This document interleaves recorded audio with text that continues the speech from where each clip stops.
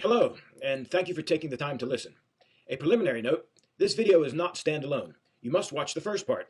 This second video will only build upon that foundation, and then delve deeper into this psychological warfare which is now ensuing in America and across the globe. Make no mistake, that is exactly what it is. But first, since my last video, I have been questioned on two main points, which have instilled doubts in some of the viewers of the first video. These are, 1. It has to be real. The numbers of health calls have gone up. And 2. It has to be real. How could it possibly be global? Point 1. The numbers of health calls have gone up. First and foremost, as I said in the first video, of course it is real. What is fraudulent is its hyped up danger. The numbers of health calls have gone up for two main reasons. 1. Sheltering in place, and 2. Mass panic.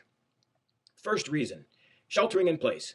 An eerie Cold War term applied to a draconian mandate to confine people into their homes for their own safety has done more harm than good, and can be refuted from numerous positions.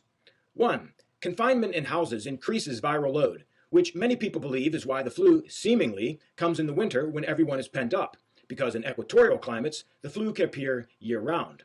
2. Sweden did not shelter in place, and Swedish epidemiologist Professor Johan Gesecki states there would be no perceptible benefit in doing so, and Sweden's death statistics are less per million than other nations, clearly not lending any support to Dr. Fauci's groundless, flatten-the-curve psychological programming phrase. 3. This sheltering increased viral load unnaturally because normally at this time of year, everyone is outside in the fresh spring air and sunshine. 4. The sheltering produced documented side effects such as numerous psychological issues ranging from depression to as severe as suicide. Couple this with the lack of sun and endless fear from the media's ceaseless terror campaign, and you have immunity being compromised even further. 5. Never before was an entire healthy population forced by government into isolation, and there is no peer-reviewed study that backs up the outrageous claims. It is always the ill who are isolated, and the ill who are distanced from. It has been common sense since antiquity, even with the horrendous diseases such as smallpox. 6. Healthy people do not spread coronaviruses. Thus, there is no need for them to isolate. There is much talk, but zero evidence of asymptomatic corona spread. It is an absolute bogus claim yet again from your experts. Not one peer-reviewed paper has successfully proved it, and another replicated the findings independently. This is how real science works, my friends, a thing your experts are absolute strangers to. Second reason, mass panic. Mass panic generated from media's ceaseless virus hype, sensationalized to a terroristic extent, increased in the minds of the innocent, trusting public the fear of the smallest ailment, or even phantom ailments, especially in those predisposed to hypochondria, which is actually about 3.5% of the U.S. population. That's 11.4 million people. This undoubtedly assisted to the increased distress calls. It is estimated that 15% of the U.S. medical budget is spent on hypochondriac concerns, and that is in non-panicked times. It is well known that hypochondria is a frequent secondary condition of psychiatric disorders such as anxiety and depression, and increases with psychosocial distress. Think about it. You panic people, lock them in a box away from others, tell them there is a deadly disease, pound constant fear into them from the TV, radio, and internet, and then think that they're going to be safer, healthier, and have less distress calls? This is the grand wisdom of our experts. All of the above has contributed significantly to the increased number of calls into our first responders. Point 2. It has to be real. How could it possibly be global? This subject could have an entire extensive documentary, and there are already many upon it, so I will be brief here and dedicate a future video exclusively to this subject. The governments across the globe that have followed this exact same shutdown blueprint are all members of the United Nations. The United Nations has been openly pushing for global governance since its beginning. Most of the 193 member states of the United Nations have governing philosophies very different from the United States, as many are monarchs, despots, socialists. Very few member states have the constitutional republic of the United States. However, these are the minds who shape the United Nations policies. Therefore, the policies that they create are fundamentally incompatible with our form of government. Yet our politicians are constantly implementing them into our laws, and consequently slowly eroding away our form of government. The United Nations sees itself as the ultimate global authority and makes it very clear that it wishes to be just that. It implements its global policies into countries through multiple organizations, from government to public to private. The Council on Foreign Relations is just one of those organizations, and it has a significant number of mainstream media executives as its members. The ICLEI, or ICLEI, is another organization focusing on pushing UN policies through local governments across the United States. The WHO, that is advising our treasonous governors, is also a department of the United Nations. This is not a conspiracy theory. The United Nations and its affiliates make no secret of it. All of their papers are public. They clearly show their members and partner groups, as well as their goals and intentions. One of the most concerning goals that you should read is one entitled Agenda 2030. They veil authoritarian socialism under benevolent-sounding phrases such as their umbrella term, sustainable development. Sounds fantastic until you read their papers.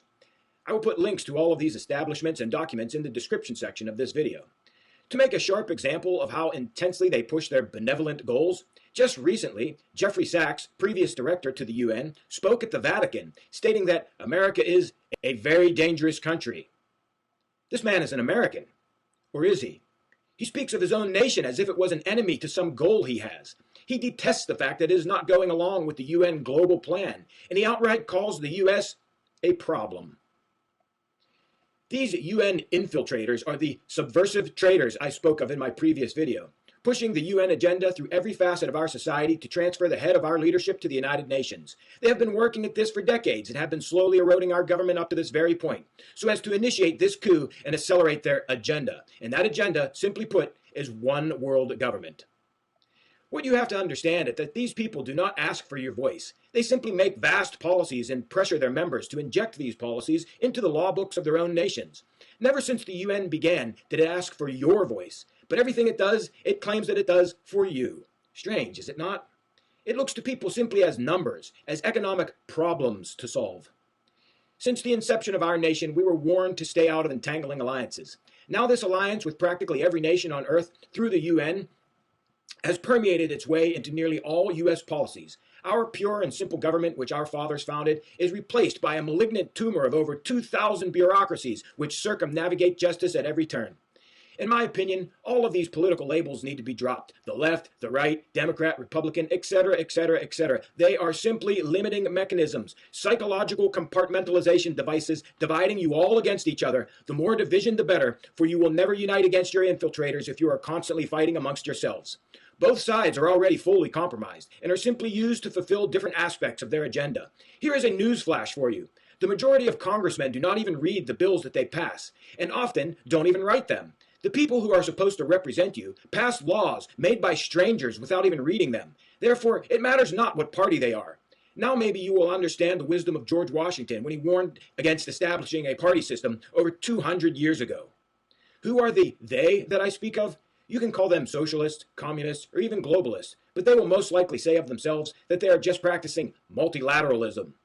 Make sure you see the list of known media members of the CFR in the description of this video. It may just surprise you. For now, I hope that answers satisfactorily the two main points of doubt arising from the previous video. So, to briefly summarize thus far, despotic power was seized under the pretext of a virus threat. A threat now daily being proved more and more fraudulent, as the virus is now known to be hardly as severe as our common flu, and is steeped in increasingly false and inflated figures. But shockingly, as evidence mounts against them, they still continue to lie even more. I want to firmly impress upon your mind that your most serious concern needs to be on the powers of government that were seized, first and foremost, and secondly, on the massive wealth transfers committed under this lie. The virus is a red herring, a distraction to keep you from focusing on the crimes committed. Therefore, what comes next is exposing in even greater detail this fraudulent virus so as to destroy its concern once and for all. Once accomplished, the following videos will be the routing out of all of the guilty and building lawsuits against them. Please add links to supporting documents in the comment section. Let it be clearly known that from the very beginning of this pandemic, numerous doctors were saying that COVID was little more dangerous than the common flu. However, the mainstream media viciously ridiculed anyone expressing this stance, which downplayed their exaggerated hype. But now, each day, the coronavirus is being proved with more and more certainty to be of similar danger with our common flu, and if not, an outright lie altogether. In light of this, under their flattening the curve psychological programming phrase, Fauci's team is now trying to say that their despotic mandates is why there was not as many deaths as predicted. It is yet another groundless claim on top of their already proven lies, a poor attempt to shift the burden of proof yet again. Besides the fact that Fauci's claim is weakly supported on a vague hypothetical model with no peer-reviewed study verifying it, there are numerous other data sets as well. 1. Sweden clearly disproves this, as they had no lockdown and their effects were little different from other nations. 2. Now that the virus is known to be little more than a mere flu, and there was never a need to ever flatten the curve for the last century with any seasonal flus, then the flattening the curve mandates were an absolutely groundless absurdity, as was stated from the very beginning. 3. But here's the kicker. The first infected person lands on U.S. soil January 15th, and according to their apocalyptic exponential growth, in less than 62 days the entire U.S. population would have been infected. Problem is, they did not initiate home sheltering despotism until March 17th, 62 days later. Therefore, it would have saved no one, because by then everyone should have already been infected, and, locked up or not, all cured or dead by April 17th. Yes, I know, I'm being just as absurd as they are.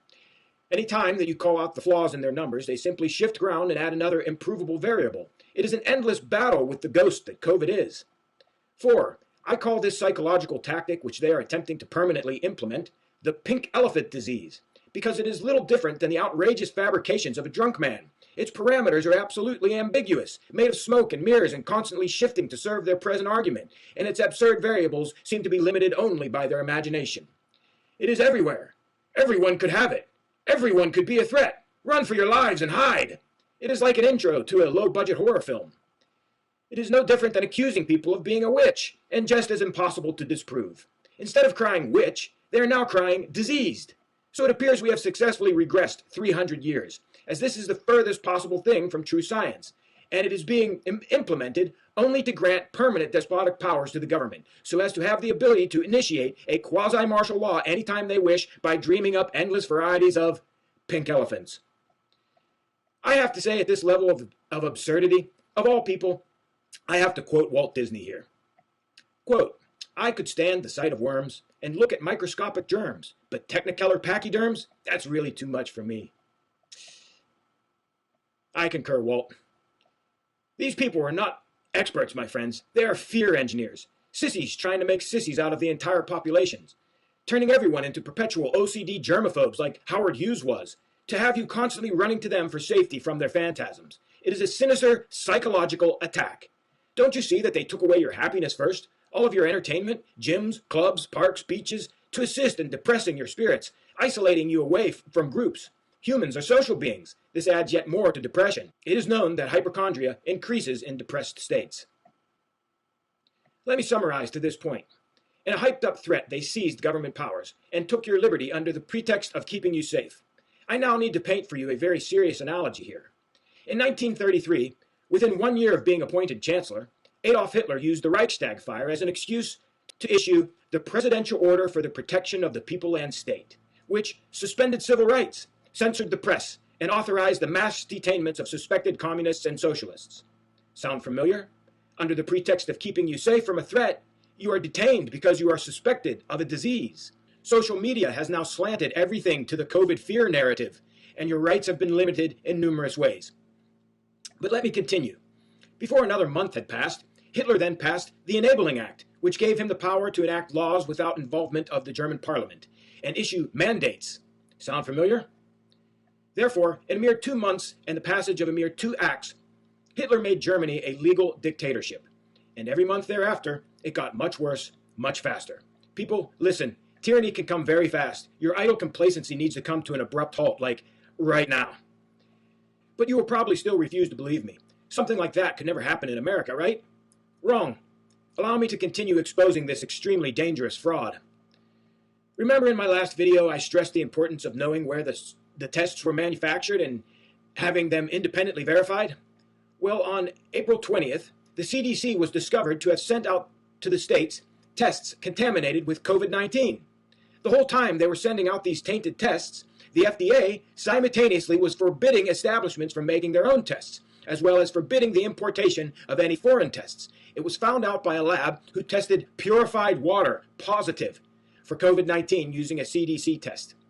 Therefore, the CDC was purposely blowing up the numbers by sending out bad tests, caught red-handed in fraud yet again, and yet they continue to lie. What audacity! Did you know that people who tested positive in some locations were forced to hospitalized? I am sure that they will most likely get a bill also.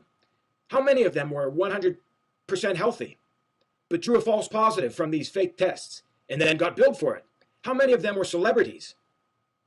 This is racketeering, people. Two government agencies colluding in fraudulent schemes to defraud the United States and its people, and not one media outlet brings it to light? Still need more?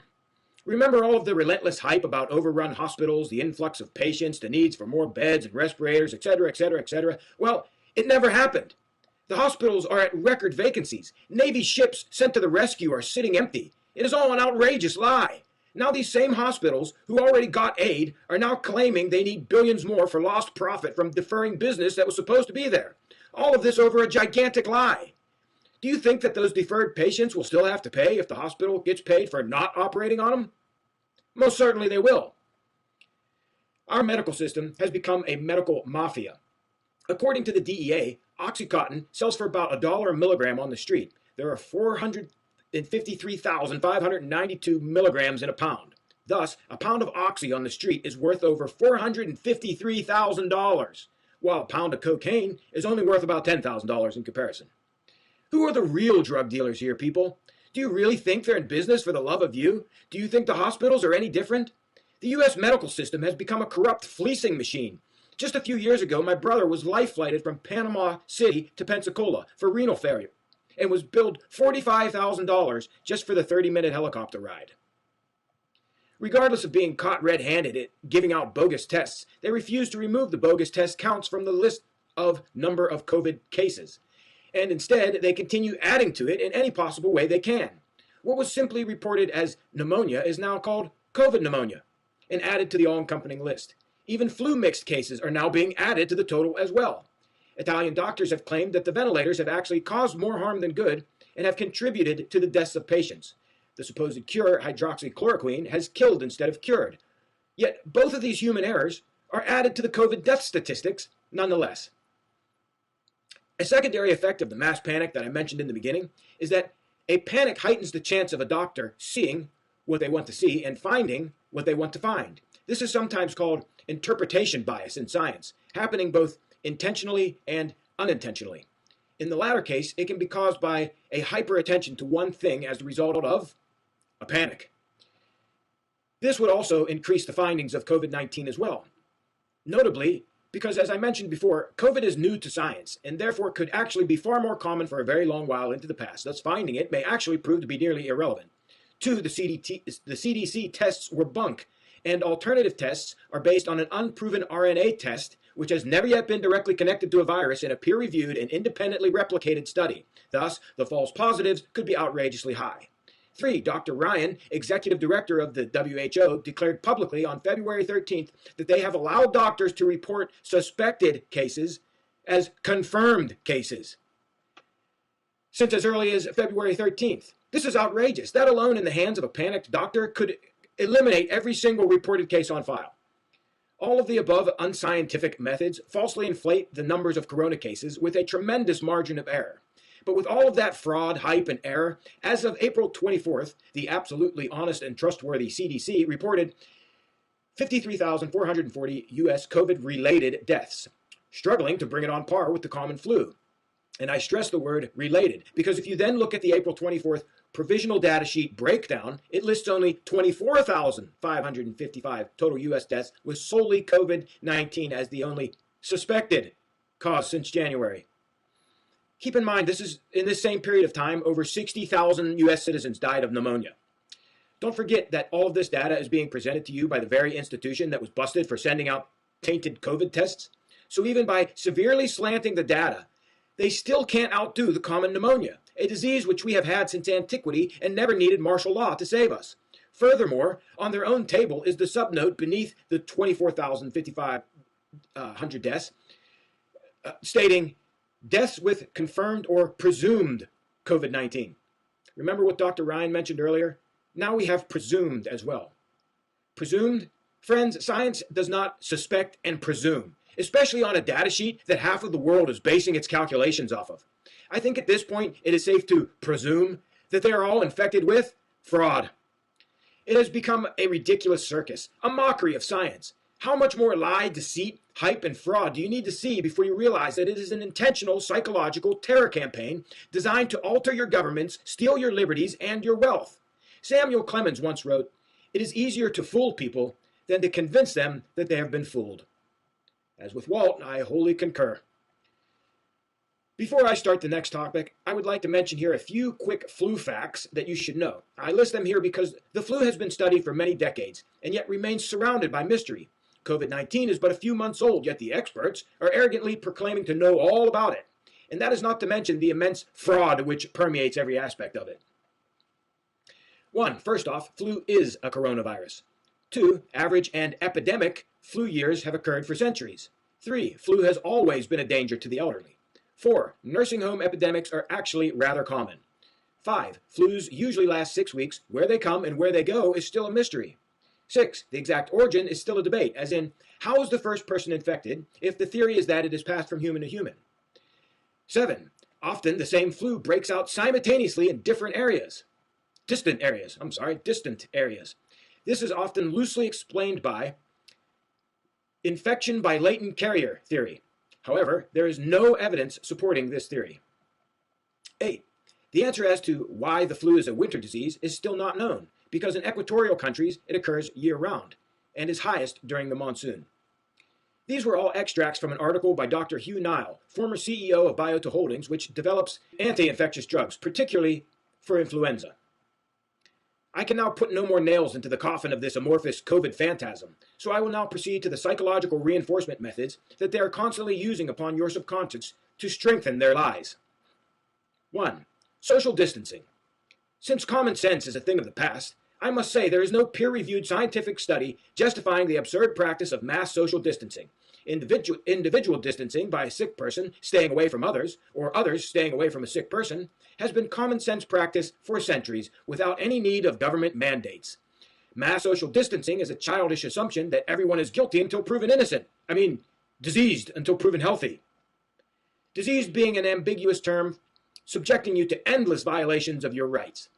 It is a philosophy of sissies and an outright insanity. But here's the true reason it is being implemented. Its presence is a constant real-world psychological reinforcement of their COVID phantasm. It also enhances the sense of alarm, generates mistrust of fellow citizens, encourages a passive obedience, restricts open discussion, and severely wounds what was already a weak social structure, while generating a subconscious feeling that everyone and everything is dirty and diseased.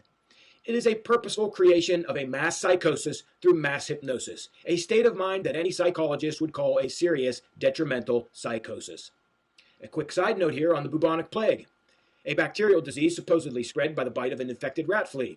Though I personally believe this traditional account for various reasons, I hear mention a new study which believes that theory was wrong, because it traveled much too fast and actually went over entire mountain ranges to decimate populations on the other side. So it must have been an airborne microbe, they claim. Couple this with the known fact that the lower atmosphere is permeated with thousands of virus and bacteria of all feasible types per every cubic inch. Then, couple this with the known fact that dust storms on Earth carry high quantities of virus and microbes into the atmosphere, notably affecting the particulate concentration on the opposite side of the Earth. Then couple this with the fact that it is an absolute mystery to this day why flu appears and then disappears seasonally.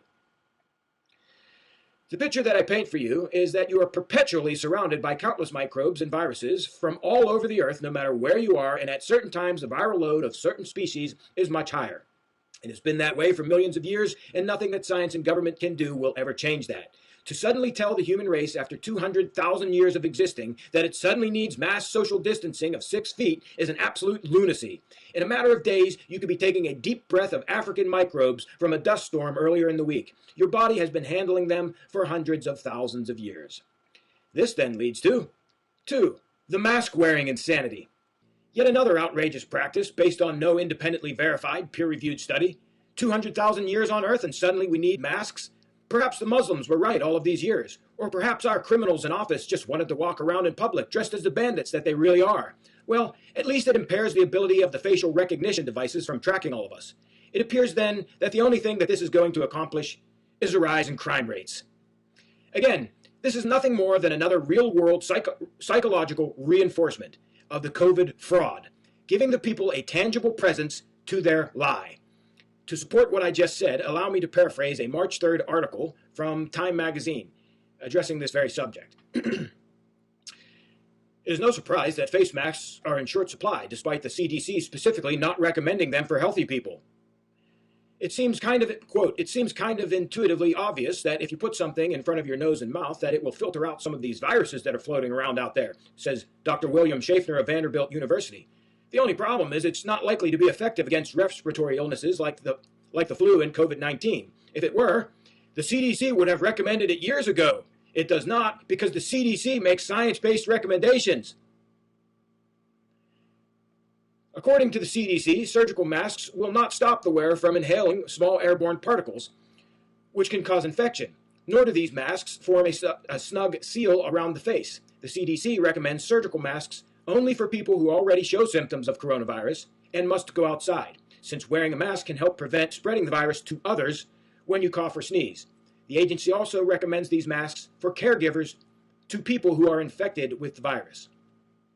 The CDC also does not recommend the use of N95 respirators, except for healthcare workers. This was tweeted by Dr. Jerome Adams, the U.S. Surgeon General, on February 29th.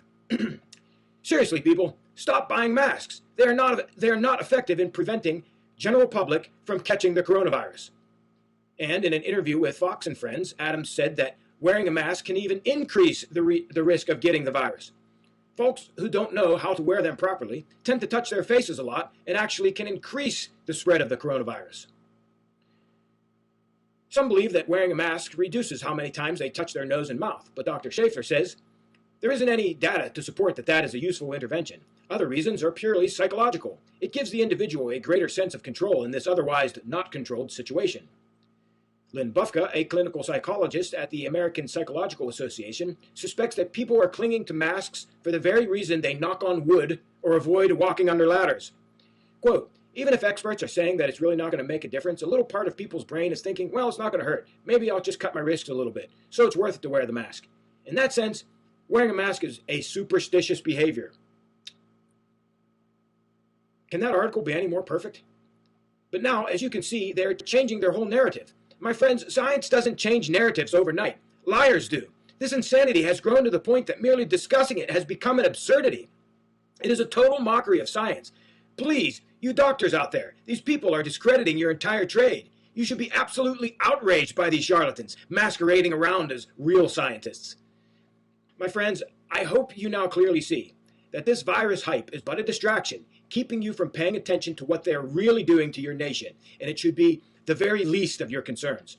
Aside from seizing despotic powers, taking your liberties, and transferring your wealth to large corporations in all sectors, they have destroyed small businesses and farmers. Our farmers are now leaving crops to rot in the field and dumping milk down the drain when people need food. It is sheer madness, economic murder of the farmer and the farm, quite possibly able to cause food shortages over a total fraud. I need now to draw another parallel here for you. One of the first things that Stalin did after assuming full power of the Soviet Union was to seize the produce of the farms, then to outright kill the farmers, seize the farms themselves, and then place unknowledgeable peasants on them to unproductively attempt to work the land for the state. This, not surprisingly, resulted in a massive famine which killed millions. We are set up for a similar situation. Our farmer may not have been actually murdered, but economically so, and from that stress his farm could go up for sale very cheaply, and then under a FEMA program, be controlled by the government, exactly how California just took possession of 15,000 hotel rooms for the homeless. Then, the possible coming food shortage may cause some to go hungry, and the government could then order them to the state farm to trade work for food. A rather spooky thought, isn't it? How far away do you think it is? Impossible, though, in America, right? One thing that not many Americans realize, especially the wannabe socialists, anarchists, and communists who constantly say that America is unfair because of capitalism, is that America has not been a free market capitalist state since 1913, with the implementation of the IRS and the Federal Reserve, because they are both planks of Marxism, specifically the second and fifth plank, which are a progressive income tax and a central bank. A whole video could be made detailing how America has all 10 planks of Marxism in place right now. In case you did not know, a governing philosophy of Marxism is a concept called permanent revolution, which they basically describe as a strategy of a revolutionary class pursuing its own interests independently and without compromise or alliance with opposing sections of society. This revolution is not necessarily a militant revolution, but can be a social and political change in any form. Look at your government, ceaselessly passing laws and altering policies in all sectors on a monthly basis for decades. Now take a good look at the media and watch them constantly pushing their own narrative and worldview, regardless of opposition. In that light, the media has become more like a party as opposed to a balanced source of information. Your nation is far closer to communism than you probably want to believe. Look at these media spotlighted experts and realize that they are made into authorities by the media. And even if someone is superior to them, they will not be recognized or televised. These authorities then dictate to you what you must do. This, folks, is authoritarian dictatorship in its purest form, right here in America, right now. Leon Trotsky took this idea a bit further and said that this permanent revolution needs to be international in scope. Stop here for a second and read the Agenda 2030 of the United Nations that I mentioned earlier, and then read Trotsky's book, The Permanent Revolution. Although they both read like they were written by pampered, impractical teenagers, you will find striking similarities in the underlying intentions. While Trotsky took it international, Stalin concentrated the idea into one country, which evolved into Stalinism, the dictatorial communism that the world has come to know today, where all of the media was controlled in a top-down narrative. Nothing of opposition was tolerated, and often heavily censored. Only the ceaseless agenda of the party was publicized. Everything they said was the gospel, and no criticism was allowed to be published, and so it was never heard. Even music and plays were slanted to the party's agenda. While not yet as harsh, right now in the United States, we have growing censorship and an information monopoly by the mainstream media, which is frighteningly similar. They are actively forming your opinions, not allowing you to form your own, forcing all to bend to their will, just as every single independent governor who did not do as they said was relentlessly ridiculed by the media until they folded. So just who are the elected officials here? It seems that the media has usurped the position of authority. The passive censoring of alternative opinions in search engines and on social media is becoming increasingly more apparent, especially to the activists. Facebook censoring has become so blatant that legal charges have been brought against them. They wish to be the dictator, force-feeding you their narratives and engineering your consent. You need to stop listening to their words and instead pay attention to their deeds. They smile as they kill people, sliding a knife into your back while telling you that they love you and that they will keep you safe. There are already, right now, sinister lawsuits forming, such as the police unions suing the Erie Department of Health, trying to force them to disclose the whereabouts of all COVID case patients. Do you not realize this is nothing more than Hitler's brown shirts hunting down the enemies of the Nazi parties? Especially now that you know how fake the COVID fraud really is. It is simply setting up the ability to raid your liberties during their next pink elephant pandemic. Mark my words, it is real, people, and you're out of time to sit and do nothing about it. The more laws that they entrench to justify their trespasses, the more that you are FUKT, which means fully under king-like tyranny. We would do well to recall the words of Edmund Burke here. The only thing necessary for the triumph of evil is for good men to do nothing. My friends, our government has become so corrupted that firm, resolute measures need to be taken.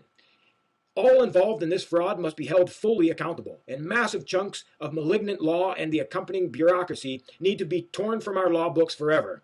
Your treasonous officials have forgotten that they are representatives, and now fancy themselves as monarchs. They want a new normal of despotism and control, murdering forever the free spirit of America. Let us remove them from our seats of honor and place them into prison cells more fitting. Let us then set to work on returning our government to the pure and simple form that it once was. Let us replace their impotent normalcy with righteous nobility instead, and proceed to initiate justice and reform on an unprecedented level. How does that sound? Until then, remember that the Supreme Court ruled all laws repugnant to the Constitution are null and void. This ends this second part. The next videos will begin outlining citizen activism, investigative journalism, and suggested bills for government officials. If you cannot engage in activism, simply sharing this video is a helpful effort in bringing light to the colossal scope of this very dangerous fraud. Don't forget to check out the links in the video description below, especially the UN Infiltrator poster, and until next time, stay free, defend your rights, and thank you for listening.